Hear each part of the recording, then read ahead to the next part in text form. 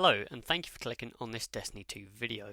In this video I'm going to be showing you the hunter build I use for every raid I've ever done. It deals so much damage and it also helps with survivability, because a lot of guides forget about that you actually have to make it to DPS phase to deal your high DPS. So this build is a great compromise of dealing insane damage. I'm talking first damage, second damage in your leaderboards, while also helping you get there and not making you a liability to the raid. So I'm going to do things differently this build. I'm going to be showing you the build first, while also showing you some weapon variations you can use on different bosses, and then I'm going to be showing you how the build actually works in gameplay form. So to begin with, we are using the Celestial Nighthawk. I am a big fan of this. It's my favourite exotic in the game, and for good reason, because it turns our golden gun into a single fire high damage shot. It's going to deal insane damage. I'm talking 15, 17k a shot. Now in terms of our subclass, we are using a golden gun obviously to go with our Celestial Nighthawk. Our class ability is personal preference. I like Gambler's Dodge. For our melee ability, I recommend Threaded Spike. I will explain why in a second. And then for our grenade, I suggest Duskfilled Spike. It synergizes with one of my weapons while also just being a great grenade to use. In terms of aspects, none aspect on Hunter is going to really help with DPS. So your aspects are just for survivability really, to help you get to DPS phase. I like to use Gunpowder Gamble because I like to use a solar pulse rifle known as the Nullify, and it just helps synergize with that. For my other aspect, I like to use Threaded Spectre. This means when we use our class ability, we're going to leave a decoy behind. Again, it's going to help with survivability and help us get to DPS phase.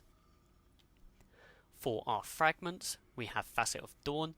Powered melee hits are going to make us Radiant. Radiant is going to make us deal increased damage. This includes our golden gun and every weapon we have on us. Now, the reason I like to use Threaded Spectre is because its powered melee hits makes us Radiant. Threaded Spectre has a lock-on mechanic. It's going to guarantee us a powered melee hit. Now for Facet of Solitude, landing rapid precision hits, which we should be doing on a DPS phase, is going to sever the target. Again, no brainer. For our third one, Facet of Courage, our Arc, Solar and Void abilities deal increased damage to targets affected with darkness debuffs.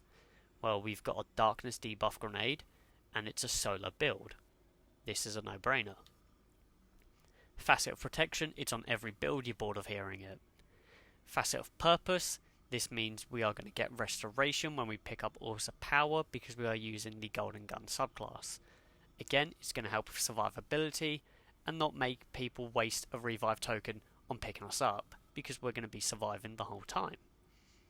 And then for the final one, Facet of Ruin, this is to help with my Nullifier weapon.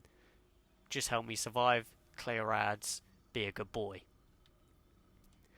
Now in terms of the subclass, half of it is sort of for helping us get to boss DPS phase, and the other half is for helping us deal DPS in the DPS phase. In terms of our artifact, all of this artifact is pretty much personal choice except for 3 mods on here. That is Fever and Chill, which means rapid precision hits with solar weapons will give us Radiant. Well, it's a solar build, so we're going to be hitting precision hits all the time, so we should have constant Radiant. In terms of the second one, I would highly recommend, that would be Cauterized Darkness. Stasis debuffed enemies take more solar damage. Well, it's going to stack with our other one that does the exact same thing in our subclass. And then for the final one, Shoulder to Shoulder, dealing sustained precision damage against combatants while 2 or more allies are nearby, gives us more damage resistance. So essentially, we're going to survive longer because we have more damage resistance in, well, raids, boss phases, DPS phases, everything. All of this is personal preference except for them 3 mods. Now in terms of armor stats, I have gone full blown into super because then we can just make our one shot for our Celestial Nighthawk deal insane damage. That insane damage is done. Now let's pummel them with the weapons. That's how I look at it. It's worked perfectly for me. I would just go on D2 Armor website, get as high super as you can, and go from there. In terms of our mods, we have the Heavy Ammo Finder, help us get more heavy for the next DPS phase, and then Solar Siphons because I use a Nullified Pulse Rifle. This is going to help me get Orbs of Power to give to my teammates and to build my super up and other stuff like that. In terms of arms, there's not really anything that can help with DPS phases, so I just go for increased reload speed of solar weapons. The quicker reload, the quicker we can deal more damage. Chest piece, go for damage resistances that help your raid you're doing. For legs, we've got solar weapon charges. This means when we have an armor charge, we are going to deal more solar weapon damage. It's a solar raid build, essentially, so this is perfect. And then for the final one, I like to use Enhanced Athletics, just means our movement speed and jump height is better. Now for our cloak, we are using Decaying Armor charges, have a longer duration. This means that when we're picking up Orbs of Power during mechanic phase, they're not going to run out before we get to DPS phase, so that we can use our solar weapon surge mods. And then just the other two are just quicker replenishes on our abilities, help us during mechanic phases. Now in terms of weapons, I have a load of variations I am going to show you now. The variation I use for Oryx, let's say, is the Sleeper Simulant, Nullify and Mint Retrograde. I'm going to show you some of the stats on here.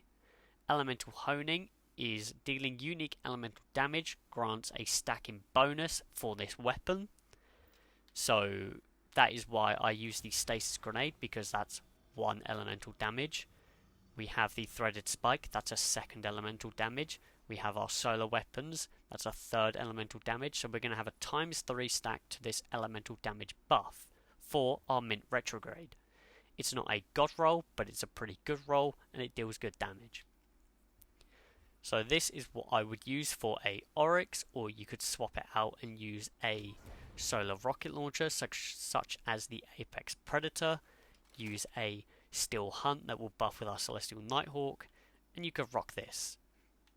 Or you could at the same time change it so you're using your random secondary. You could pull out a Wither Horde for Crota. So this is what I would use against Crota, for example. Hit them with the Wither Horde, deal damage with the sword, Wither Horde, sword. Again, while throwing my super in there at the same time. There's a few variations you can do for loads of bosses. My preferred one though is at the moment using the Sleeper Simulant with the Mint Retrograde. But again, it changes for every raid you do because every boss is different. Some run about, some sit still. It's just whatever's best for your raid. Now in terms of what a damage phase would look for us, we would start the damage phase out by getting ready. Now if we have a Well of Radiance, we won't have to worry about getting Radiant beforehand. However, let's say we don't have a Well of Radiance, you want to get Radiant before you use your Golden Gun, as that damage stacks with it. So we would throw out our melee ability, get Radiant, pop our super, hit them for a heavy chunk of damage. We would then use our heavy weapon to deal more damage, such as hitting the crit spot every time, throw out our Stasis Grenade. Our Stasis Grenade isn't going to do any damage here, however, it's going to help that Mint Retrograde perk. So then we can swap to the Mint Retrograde, hit a load of damage with the Mint Retrograde, and just swap between these two, the Mint Retrograde and our heavy.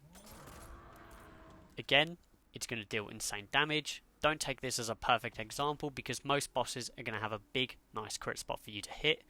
I whiff my shots, I have bad aim against this ogre. But that's what a typical DPS phase is going to start off as. You want to get Radiant before you use your super, as we hit for 17.5k with Radiance. What do we hit without? 13k. That is a 4k difference just for having Radiant beforehand. Just for throwing your powered melee, you can get a 4k damage buff to your super. I hope you have enjoyed this video and found it helpful. This build honestly carries every raid I have ever done. It is insane. Please let me know how you find the build in the comments below, and thank you for all the support in the recent videos. Thank you very much.